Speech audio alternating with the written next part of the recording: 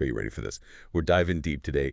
We're looking at all these sources you gave us about attraction and confidence. Yeah. And specifically, how to kind of be more attractive to men, but also just like that overall confidence that makes you attractive, period. Yeah. So we've got attractive to men, be less critical, be a winner, believe in yourself, and dating confidence. It's a really interesting mix, right? It is. I'm already seeing like this theme. Oh, yeah. And it surprised me, honestly, that like looks aren't everything.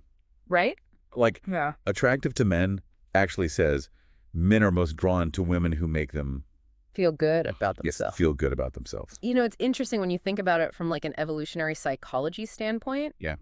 A man is subconsciously looking for a partner who's going to contribute to his well-being and his success. Interesting. And so a woman who makes him feel good about himself, it's like a signal that she's going to be a positive force in his life. But it's not just about like, just showering him with compliments. Right. No, not at all. Because the sources also talk about like genuinely engaging with his passions. Yes. And making him feel appreciated for his strengths. Exactly. And, attractive to men even mentions things like laughing at his jokes. Oh, yeah. Like asking about his hobbies, actually listening when he talks about things he's passionate about. Oh, I see. He's recognizing what makes him unique and valuing that. So it's like a two-way street. Yeah. You're showing interest in him, but you're also like projecting your own confidence by being a good listener and an engaging conversationalist. Dating confidence really hits on that point. Does it? That it's about being present, attentive, not putting on some kind of performance or trying to be someone you're not. But wait, dating confidence also says that liking someone a lot can make us act Oh, totally. all weird and insecure. Yes. Like, why is that? It's the fear factor, that fear of rejection. It just like hijacks our brain and we start overthinking things. We act in ways that totally sabotage our chances. So what can we do about that? Well, the sources talk about using things like relaxation techniques, mental exercises, to kind of reprogram our responses. So instead of panicking and trying to force things, Yes. we need to chill out and let things unfold. Exactly. More organic. I remember Dating Confidence recommended, like practicing deep relaxation. Yes. And visualizing successful interactions. It's so powerful, right? Yeah, I don't know. I've never... It's about shifting your focus from that fear and doubt to feeling at ease and confident. Okay. Imagine like going on a first date and you just see yourself arriving, calm and collected, engaging in conversation effortlessly and genuinely enjoying the experience. It's almost like creating a mental movie where you're the star. Yes. And you're playing the role of the confident, attractive woman. Exactly. And when you repeatedly visualize these positive scenarios, you're training your mind and body. And respond differently. But in real life. Makes sense. Yeah. And this makes me think of be less critical. Yeah. Which is all about, that inner critic can sabotage our confidence. Oh my gosh. Before we even step out the door. It's like having that negative voice that's constantly whispering doubts, criticisms, just chipping away at our self-esteem. Yeah. And silencing that voice is crucial. So important. For building true confidence. I think this is where the idea of collaborative confidence comes in. You mentioned this earlier, and it really intrigued me. Yeah. What does that actually mean? It's about creating a dynamic where both people feel empowered to shine. Oh. You're not trying to outshine him or dominate the conversation. Got it. You're both contributing your strengths and creating this positive, engaging interaction. I love that. It's not about one person winning. No. It's about both people feeling seen, heard, appreciated. And that's where the real connection happens. Yeah. Which is so much more attractive than any superficial facade. This is so fascinating. I feel like we've covered so much already. I know, right? But I feel like there's still more to uncover. There's so much. What else have you found that really jumps out at you?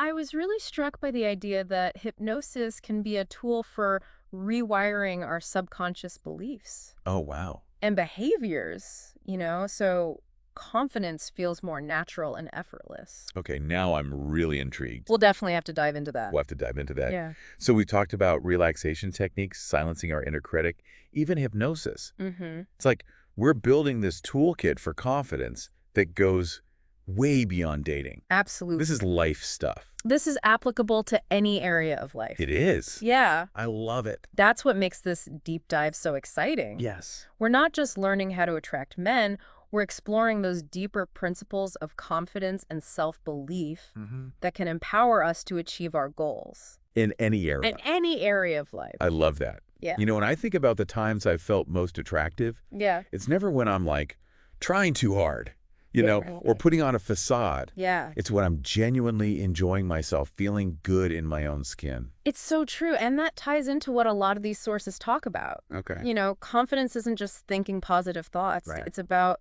embodying it. Yeah. In your posture, your voice, your energy. That feeling in your plan. Yeah, exactly. Letting it radiate outwards. Be a Winner compares it to athletes who like visualize themselves winning. Oh, yeah. Before a competition, right? Like they see themselves crossing the finish line, feeling that surge of victory. Yeah. It helps them perform better. It's so powerful. And then believe in yourself takes it even further. Yeah. Saying that following your own vision, even when people doubt you, that's a powerful form of confidence. It's that unshakable self-belief. That really sets apart the truly confident from those who are just putting on a show. So how do we cultivate that deep, unshakable confidence? Yeah. It can't just be positive self-talk, right? Right. Dating Confidence actually gives some advice about that. Does it? Yeah. It talks about practicing deep relaxation techniques and visualizing yourself interacting confidently in social situations. Wait, visualizing success? Doesn't that set us up for disappointment if things don't go exactly as planned? It's a good question. And the point isn't to create a rigid expectation. Okay. It's about training your mind and body to respond with ease and confidence. Yeah. Even in challenging situations. I see. It's like creating a blueprint for success. So it's not about controlling the outcome, but more about controlling our reactions. Exactly. To whatever happens. Yeah. And be less critical reminds us that a big part of that is managing that inner critic. that inner critic. Ugh, yeah. That little voice that just loves to point out all our flaws. All our flaws, all our past mistakes. Yeah. And every past failure. Like a constant stream of negativity. It's so damaging. It can be so damaging to our self-esteem. Learning to challenge those negative thoughts and replace them with positive affirmations, that's huge. It's so important. I remember in Be a Winner, it said to focus on our past successes. Yeah. No matter how small. Yes. It's like creating a highlight reel of our best moments. We often dwell on our mistakes. Yes. But it's so important to celebrate the victories, too. And to acknowledge how far we've come. Absolutely. Believing yourself also encouraged us to trust our intuition. Yes. And follow our own path, even when it's unconventional. Even if it's different. And that can be scary, especially if you're someone who, like, really cares what other people think. It's a challenge to break free from that need for approval. But remember, you're not living your life for anyone else. You have your own unique path. Right. And you get to define what success and happiness mean to you. This makes me think about that quote from Believe in Yourself. The greatest prison people live in is the fear of what other people think. It's so true. I've held myself back from doing things I really wanted to do because I was afraid of being judged. I think we all experience that fear to some degree. Yeah. But when we let it control our choices, we limit our own potential. Totally. We stifle our own brilliance. So how do we break free from that prison? It starts with figuring out what your core values are, what your passions are, what matters to you, what makes your heart sing. Yeah. Once you're clear on those things, you can start making choices that align with them. What does that look like, practically speaking? It could be something small, like saying no to commitments that drain you, that make you feel resentful. Oh, I see. Or maybe taking a class in something you've always wanted to learn but were afraid to try. Yeah. Speaking up in a meeting when you have something valuable to say. It's about aligning our actions with our values. Yes. Showing up in the world as our true selves. Exactly. And the more you do that, the more confident you will become, the more attractive you will become. Not just to others. Not just to others, but to yourself as well. I love this. It's so much more than just attracting a man. It is. It's about creating a life that feels authentic and fulfilling. Absolutely. And, you know, speaking of attractive to men, you mentioned that it had some specific advice about expressing sexuality. It did. It's a delicate topic, but I think it's worth exploring. Yeah, it is. And I have to admit, some of the advice surprised me. Oh, really? Yeah. What stood out to you? It wasn't what I expected at all. Interesting. It talked about things like laughing at his jokes, asking questions about himself, making eye contact, smiling with an open mouth. Sounds like warmth, approachability. Yes. Genuine interest. And it really cautioned against using sexuality as a tactic, Oh, yeah. to hook a man in the short term. Right. That often backfires. It can. Instead, it encouraged women to value their own sexuality. Yeah. And not make it too readily available. It's about finding that balance between expressing your interest but maintaining your sense of self-respect. It's not about playing games No, or manipulating. not at all. It's about being confident in your sexuality, expressing your desires in a way that feels authentic and empowering. Absolutely. And, while Attractive to Men offers these insights into male psychology, it's important to remember not all men are the same. Of course. What one man finds attractive, another might not. Totally. It's about finding someone who appreciates you for who you are. Exactly. And that's where confidence comes in again, right? Being comfortable in your own skin. Yes. Embracing your authentic self. You're more likely to attract someone who values those things. Exactly. And remember, attraction is a two-way street. Oh, good point. It's not just about what men find attractive. It's about what you find attractive too. I love that. It's about mutual respect, admiration, that spark of connection. This has been so eye-opening. I'm seeing how all these ideas about confidence, attraction, self-belief, they're all connected. It's all part of a bigger picture. Yeah, like pieces of a puzzle. Yeah. That create this image of a truly empowered and fulfilling life. You got it. And we've covered so much today. We have. There's one more thing I think we need to talk about before we wrap up. Okay. I'm all ears. What is it? It's about taking action. Okay. We can talk all day about confidence and attraction. Right. But if we don't actually put these ideas into practice, nothing's going to change. All right. So we're back and we're talking action. Action. Yeah. Because you can listen to all the podcasts and read all the books. Right.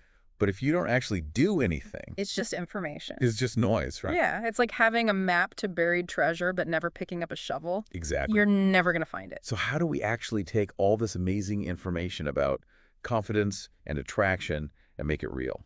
Well, we talked about those relaxation techniques and visualization exercises. Okay, yeah. Dating confidence really emphasizes those as a starting point. Our mental rehearsals. Yes. But how do we actually DO those?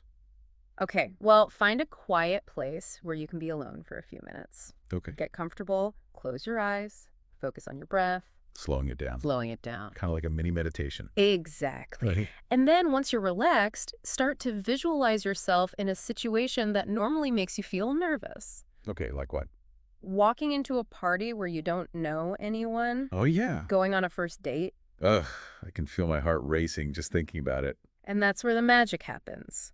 Okay. Instead of focusing on the fear, visualize yourself handling it with grace and confidence. So I'm basically rewriting the script in my mind. Yes. Replacing those awkward fumbles with confident moves. Exactly. Okay. The more you rehearse those positive scenarios, the more your brain starts to believe they're possible. And the more likely you are to actually act that way in real life. That makes sense. It's like training your brain for confidence. I like that. What other tools can we add to our toolkit? Well, be a winner. Said to focus on our strengths. Yes. Don't just gloss over it. Like, really sit down and make a list of your accomplishments, big and small. That's a confidence resume. Exactly. Remind yourself of all the reasons you should believe in yourself. We are often our own worst critics. It's so true. So we need those reminders. Yes. And, believe in yourself. Really push the idea of following your own vision, even when others don't get it. Which can be so scary. It can be. Especially if you care what people think. It's a challenge to break free from that need for approval. It is.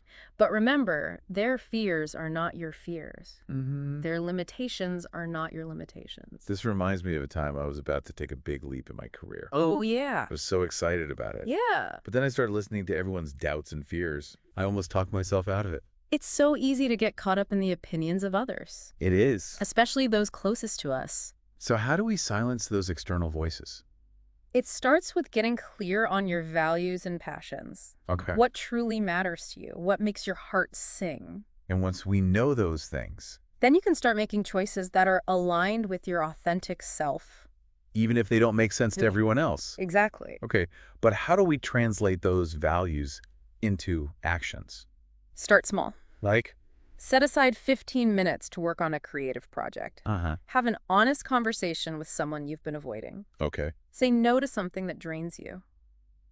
Say yes to something that brings you joy. It's about making choices that nourish our souls. Yes, and the more you make those little choices, the more momentum you build. I love that. It's like a ripple effect. A ripple effect of positive change. This has been so empowering.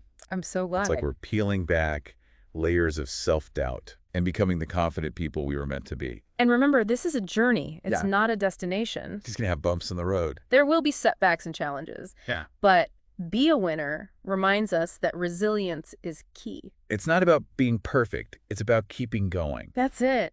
And attractive to men.